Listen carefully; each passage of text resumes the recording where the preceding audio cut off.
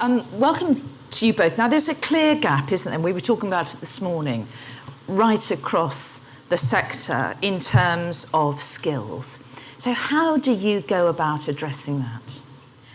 I think there's an interesting dynamic in play at the moment, and someone raised it on a tweet in reply to one of my tweets this morning. Why do we keep talking about a skills gap? There will be a huge skills gap. At the moment, there is a challenge in terms of the new build has taken a long time to take off, so people are still awaiting contracts. There's often a lot of debate about, is there a skills crisis at the moment or not?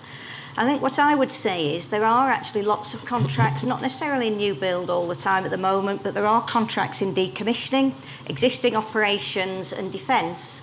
So for supply chain companies, very much look to develop your skills and expertise through the areas which are going through a period of growth and still have high demand. In terms of trying to get people in a sector when there aren't huge contract opportunities, we did a project with the NDA called Supply Chain Apprentices for Nuclear, when the NDA invested significantly in trying to get new people in, and it provided a wage subsidy for apprentices within the supply chain. And that actually brought in 259 brand new apprentices into smaller businesses across the sector. So I think taking innovative steps whereby you pump prime the skills agenda, get young people in, develop the skills in anticipation and in readiness for when there is this real take-off in demand which will come. It's a question, though, isn't it, of engaging young people, isn't it? And it's not, I suspect, speaking as an outsider, it's not an area which many of them would have much familiarity with or necessarily much ambition in connection with. Or am I being naive? No, you talk about being an outsider. I'm a dad, and there's probably quite a few dads in this room at the moment. And I went to a careers fair 2 years ago, and the message I took from that was, if you want a sustainable job in the UK moving forward, there are three choices. Go into medicine, become a finance person, or move into engineering. And that really struck a chord with me. The fact is, engineering has a massive challenge and a massive opportunity in the UK. And the fact is, only 13% of people from school actually go into engineering. So that's the challenge in terms of attracting people into engineering through the various career routes we've got. And then if you look at the engineering challenge and then you look at the nuclear challenge, is the attraction into the sector. Because we are competing across a number of other sectors, which to some young people, the reality is more exciting. And you look at, I work in decommissioning, and again, people see that as a closure program, but from an engineering point of view, it's fantastic. So I think it's a combination of attracting the young people, and there's some great organisations out there doing some fantastic work, like Tomorrow's Engineers. You've got the YGM people looking at how we can attract more people into the nuclear sector. The whole STEM agenda is growing, and there are so many different people doing fantastic stuff in that. The Big Bang, for example. I know EDF are doing some fantastic podcasts in the local schools, and et cetera, et cetera. So there's more we can do as employers, as a collective, because it's the hearts and minds of the parents, the teachers, the career advisors, and they're the people that can influence the people moving forward. And then from a nuclear perspective, what are the career opportunities for people after school? And we are putting in place so much opportunity, like we got a nuclear college, we got people who can join the nuclear sector from other sectors now, like sector jumpers we're calling it, who can actually get a top-up course for a foundation for a year. And again, you look at young people, they can come in and do an apprenticeship, the traditional craft, they can do degree apprenticeships, they can do foundation degrees. And the more visible we make these opportunities, the more, step by step, we can attract people into the industry. Well, I was going to ask you about apprenticeships, because you're talking about the hearts and minds, but it's also the pockets, isn't it? You know, not a lot of people necessarily can afford to go to university because of the fees. It's actually grabbing them and making it attainable, isn't it? Yes.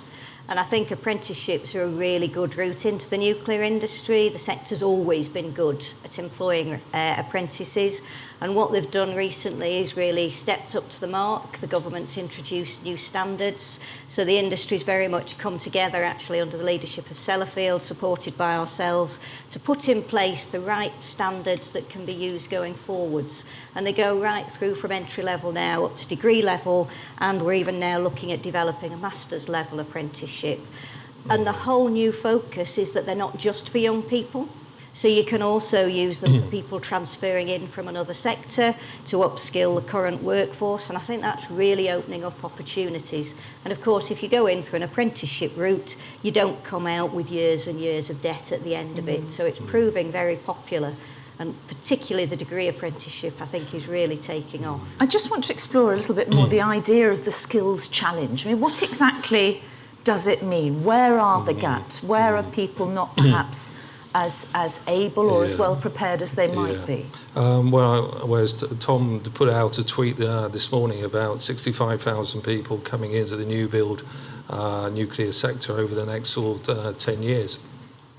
The reality is we need another 9,000 FTEs joining the nuclear industry over the next 10 years. And that's a massive challenge, of which 2,000 need to be chartered. So it's not just the operation skills, it's the actual sort of higher level skills as well. So the challenge there is there are pinch points. But for me, the biggest challenge is how we pump prime talent, the pipeline of talent coming into the organisation. And people have to join the sector, not necessarily a particular company. And that's the mindset we need to be having moving forward. And the fact is, particularly in new build, because of some of the funding constraints at the moment and the uncertainties, people aren't necessarily investing at risk. And that's an issue we've got that we need to address collectively and working with government. Like, should we have a group apprenticeship scheme whereby we actually develop people centrally and then do that on behalf of the new build companies? These are ideas and potential suggestions that we're picking up from across the industry. Do you agree with that, Jean? Do you think that the industry should be working more closely together as a movement, if you will? I don't come from a nuclear background, and since I joined the sector about 13 years ago, I've been very impressed with how it collaborates, and they do work very well together through organisations like mine, the NSSG. But we need to carry on with that, and it needs to involve all the players. I think everybody needs to collaborate together. It doesn't work when one goes off on their own, so everybody needs to come together and collaborate. And as you say, look at apprenticeships collectively, because one of the big challenges actually is a thing we describe as the bathtub of skills. So we've got lots of subject matter experts. If you look around the room at the older level, we've got actually a lot of young people coming in, but in the 30 to 40 age bracket, skilled, experienced engineers to come in and work, because there was a real dearth of recruitment a few years ago. So that's where the industry is really suffering. Am I being naive if I think that that was an image problem way back then? It was an image problem, and the sector was seen to be in decline. Right. So there's that generational gap of skills and expertise that needs to be filled. So for that, you have to go out to other sectors, transition people in and add the nuclear context and environment to what they're actually doing. But those skills are transferable from other oil and gas, other engineering sectors. David, I want to ask you a little bit more about the Nuclear Skills Strategy Group. What exactly are you, and what exactly do you do, and what do you seek to achieve? Okay, it builds upon your question about collaboration. It's an employer-led body working with government and the Welsh Government. ONR, the regulator, is part of it, the trade unions are part of it. And we are very much there to collaborate and take a UK PLC approach to this skills challenge we're talking about today. And we had a nuclear skills summit with all the chief execs, some of which are in this room today. And I remember one chief exec said, we can actually recruit and resource and sort our resourcing needs out ourselves. But I know I'm better off doing it together as a UK PLC. So if people in this room can take that principle, that philosophy moving forward, and we actually look at leverage of capabilities and resources, we look at the economies of scales, but recognising that in a particular location, there are particular needs, and you need to obviously take a balance between doing it centrally and regionally and locally. And if you look at Cone, for example, in Cumbria, you've got BA Systems, you've got Sellafield, you've got NewGen coming along, and you've got lots of other organisations that are collaborating and coming together, working with the LEPs and the other local sort of partnerships. And I think it's that collaboration is going to be absolutely key. So the NSSG, in effect, has come together against that intent we have a plan to address the skills challenge. We pull together the data. So what is the problem we're trying to solve? But then we're trying to put in place tangible actions, either centrally or locally, but at least people in the organisations understand the direction of travel and the actions we're taking, and building upon some of the topics we talked about already. Nuclear subject matter experts, in other words, is that what we're talking about? I think that's one element of it, because the key thing about nuclear, only 20% need to be SMEs. 80% of the other skills are generic. And that's quite a key fact. And I think that means we can attract people from other sectors. SMEs is key. They are our future. They set the standards. They set the policies. You talk about sort of future reactors, robotics, technology, innovation. We need that expertise. We need that capability. But you need to invest in it, and you've got to continue investing in it. Yeah. And you need bursaries. And that's where we can enhance our capability in SMEs moving forward. I tell you what else is generic, it's the ageing workforce, isn't it? So how do you combat that? Because this is the big challenge that's facing every sector, actually, isn't it? Yeah. It's particularly severe in nuclear because a lot of our workforce came in straight from university in the nuclear heyday, and they are inevitably reaching the retirement stage now. So mentoring programmes, getting the expertise from the subject matter experts who are going to retire, passing that on to the young people of tomorrow, I think is absolutely essential, and we need to continue to foster that. We have a very, very proactive young generation network, the YGN, who are the future of this industry, and the good thing with YGN is it's much more diverse than the existing workforce. So I think we're going to see a real changing dynamic as the YGN come forwards, and essential that they carry on working with the subject matter experts. There was a brilliant European YGN conference a couple of weeks ago that really brought the youth together with the leaders of industry, and I think keeping that dynamic going is vital. And what's NSSG doing to support that and combat that? Well, it's part of the delivery plan, and the fact is Jean's talked about the YGN. They're doing some cracking work in terms of trying to understand about the brand of nuclear moving forward. So NSSG is very much at the heart of trying to drive the skills agenda. And you talk about the ageing workforce. Fundamentally, it goes back to what we were talking about earlier. We need to pump prime people coming into the business, the talent. You've got to retain the skills, but you've also there's a lot of knowledge out there. So what are organisations doing? What are we doing around knowledge management transfer?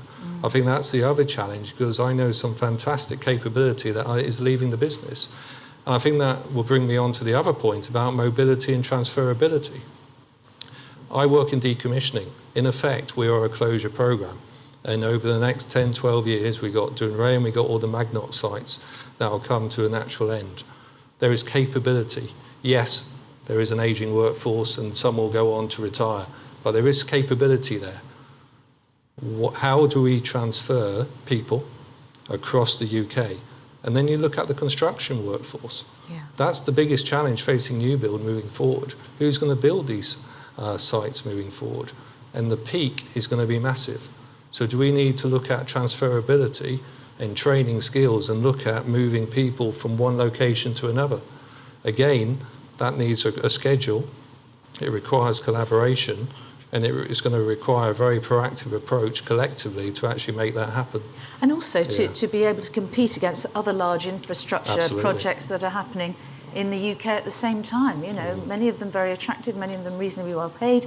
You're after the same people, aren't you? All of you. Yeah. And they tend to be able to move faster, some of those other larger industry projects. That's a challenge this sector faces. It's not the fastest industry You ever. have so many regulations, understandably so, don't you? Yeah. So for the supply chain, where I find it works really well is when the smaller companies come together, say through a company like ours, and they actually collaborate on training. Working with Nuclear Advanced Manufacturing Research Centre, we bring together cohorts of people. So you get economies of scale, 2 people from one company, 2 from another, 3 from another. Bring them together to do the right training in the right place. And I think really having the clarity as to what training is required. So for me, with the Skills Strategy Group, the more they can articulate definitively what training they require from the supply chain, the better. Because the supply chain have a hard time. They can only afford to invest so much while they're waiting for contracts. Know that they're doing the right training and then they will do it. I'm very impressed with the willingness of the supply chain in this country to develop skills, and they want to know they're doing it correctly for the future. But it's difficult, as you say, it's a big investment, isn't it? It's Which huge. you're making on a wish and a prayer often, you're having to sort of hope for the best. But apprenticeships are being advertised, aren't they, on prime time TV? How's that working? I think that's a hugely positive impact.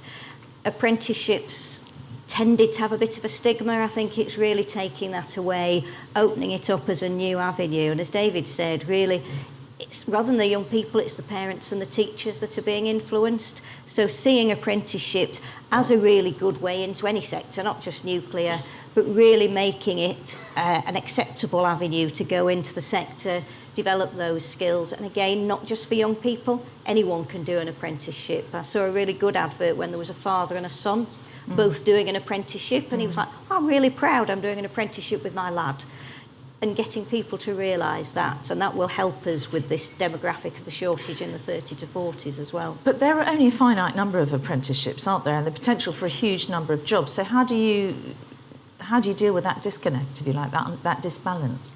I think it's back to the transitioning in from other sectors. Other sectors will go through peaks and troughs of demand, making nuclear a place that people want to move into. And David mentioned again about keeping people within the sector. So you might leave one company, go to another, but the more we can get a career development framework and career pathways so people can transition within the sector, I think that makes it a lot more attractive. How is NSAN working with the National College for Nuclear? We work with it developing the National College. We have a good relationship with them. I think Stefan's here somewhere. He was here before.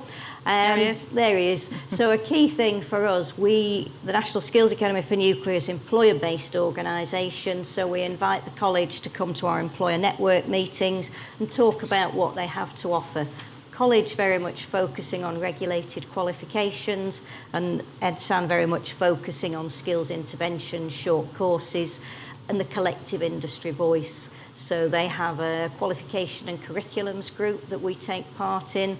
We've worked with the industry to develop a competency framework, and we'll work with the college to align their qualifications to that competency framework where required. Talk to me a little bit more about the change in perception about the nuclear industry, because, as we touched on, when we were kids, it was it was controversial, wasn't it? It was a lot of marching and so on. Whereas now there seems to be very much a change in it being more green, it not being carbon emission. How has that actually benefited, do you think? I think it makes a huge difference. It is very different. I remember CND marches and things absolutely. in our youth. And that seems to have gone. There has been a separation between it being seen just as a defence issue and as a carbon-friendly energy source, which I think has really helped with that. What do you think, David? You're nodding on that. Well, I joined the nuclear industry 3 years ago, so I wasn't here in the CND days, but obviously I was aware of it. It goes back to there is so many opportunities for engineering and the complexity. That's the thing that struck me when I joined the nuclear industry. The intellect, the technical complexity, mechanical, electrical, you name it, you can get it in nuclear. So from an engineering career point of view, there is so much to tap into. The question is how we tap into the minds of the engineers of the future. And it is. We've talked earlier about nuclear is the future. We are investing in nuclear. It's a renaissance. So therefore, we got to then align the whole people agenda and attraction agenda to that renaissance. And that's the challenge that we all face in this room. Out of interest, Yeah. what is the breakdown in genders of the young people that join the industry? I think it's, if you look at sort of apprenticeship programs at the moment, we are getting a good ratio of more females than men, so like at Sellafield in particular. Really? But if you look at the nuclear sector in general, it's in the 20% in terms of females. So the whole diversity agenda, equality agenda, the whole cultural around inclusivity, we've got a challenge there. We need to do a lot more. And I know we've got the Women in Nuclear initiative, and there's other sort of programs in place that other employers are doing. But I think we need to tap into that agenda as well, because, diversity, it has to be part of nuclear moving forward. Ethnicity, gender, and Absolutely. all of that. Diversity of all levels. Yeah. Is that something that chimes with you, Jean? Definitely. The ethnicity one is always more difficult because of where the stations are. They tend to be in remote areas which have lower ethnic populations to start with. But the male-female one is a prime target. Yeah, if you don't attract more female in, you're disenfranchising a whole area of potential recruits. So there's a lot of work ongoing. It is getting better. The new entrants, there tend to be more females, but inevitably, because the employees on the whole have stayed for 30 odd years, they were all male to start with, so that will gradually work through. I know Dawn James is here. There are some real industry leaders. We've got Dame Sue Iron coming tomorrow.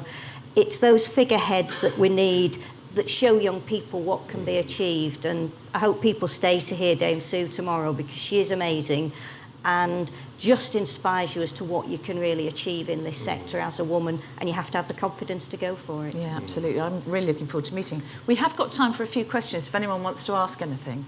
And I don't mean to be critical, but come on. Can we have some hands up, please? Thank you. Microphone for this gentleman, yes. We've got a mic. If you give us... or shout, one of the two.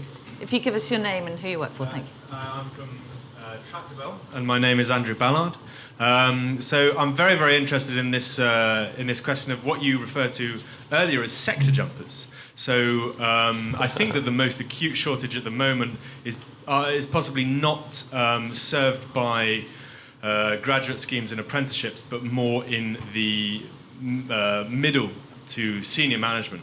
So I've had previous experience observing reasonably successful transitions of people going from aeronautic licensing to nuclear licensing and vice versa.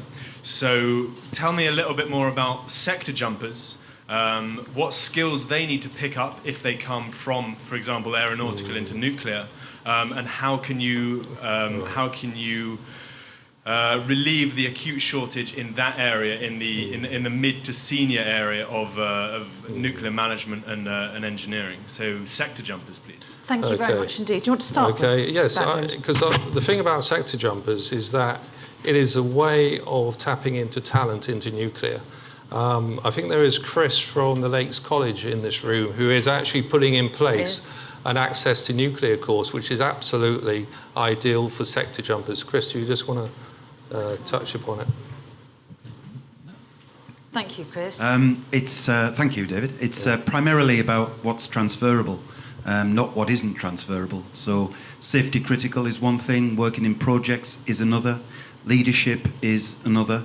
So the trick, if that's the word, is to ensure that anybody who's jumping sectors understands the cultural difference of working in nuclear and the behaviours that leads to, but also at the same time develops those practical skills.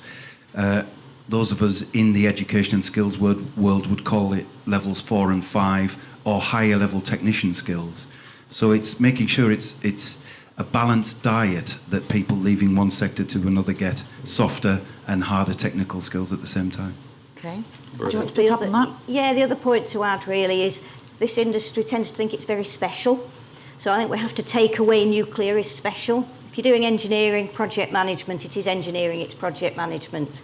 It's how you apply it in a nuclear context. So as a skills academy, we have a range of programmes for nuclearisation. If you look at companies like NewGen, I know Tom sat at the front there, they're looking at employing a whole range of people. They're not looking to just take in nuclear experts. They've got project management managers from other sectors. So you get a really diverse population of people working for you, and they need to understand, as has just been said, the behaviours, the context, the environment. But let's get away from the fact we're so special that people outside the sector aren't encouraged. It's a really interesting point. I just think in some respects it does come across as a bit of an isolated sort of esoteric art, do you think? Well, I think most industries have that type of approach, you need the domain knowledge. As I said earlier, 80% of the skills that we require in this industry is generic, and you can tap into the whole UK, the whole global environment. So there is talent out there. We need to attract them.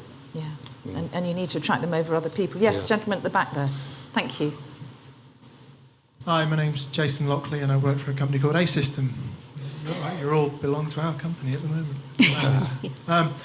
I was down in Devonport last Friday for Women in Engineering, and one of the main speakers, a lady called Sarah Kenny, I think her name was, soon to be leaving Kinetic and going to a company called BMT as the CEO. And this conversation of lack of skills and lack of resource, for want of a better word, came up, and she said that I can't remember the exact figures, so you'll forgive me for that, but she says that if we continue to go the way we are now, we'll still hit below, we won't be able to maintain the status quo by 2020.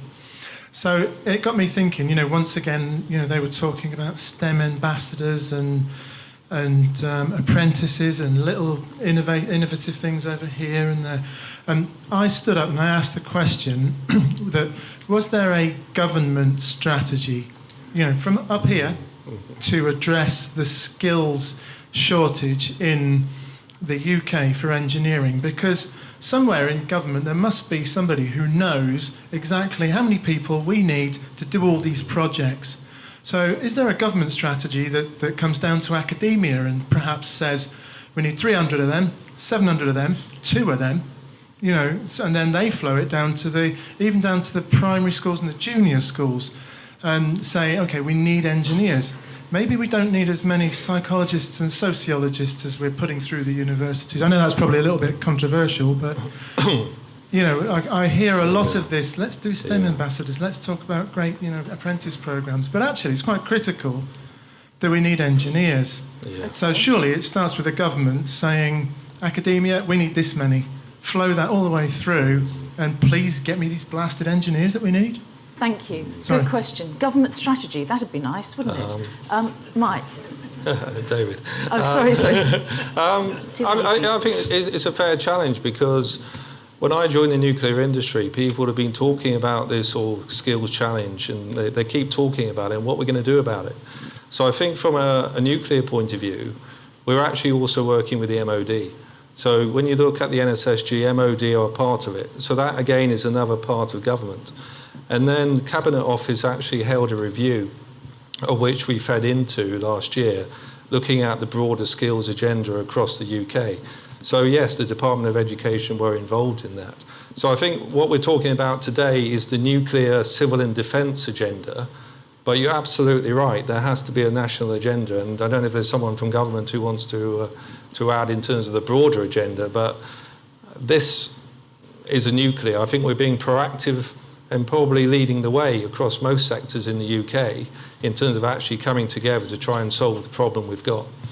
Okay, final word from just Eugene. to come in there, they did have Professor John Perkins recently on behalf of government did do a big engineering review, and then that's taken forward by Engineering UK very much. So they produce, I always have it on my desk, a massive report every year about across the whole of engineering, civil, chemical, all of the different aspects. So the government are actually taking a more structured view than it might appear, and they have done some good work leading that.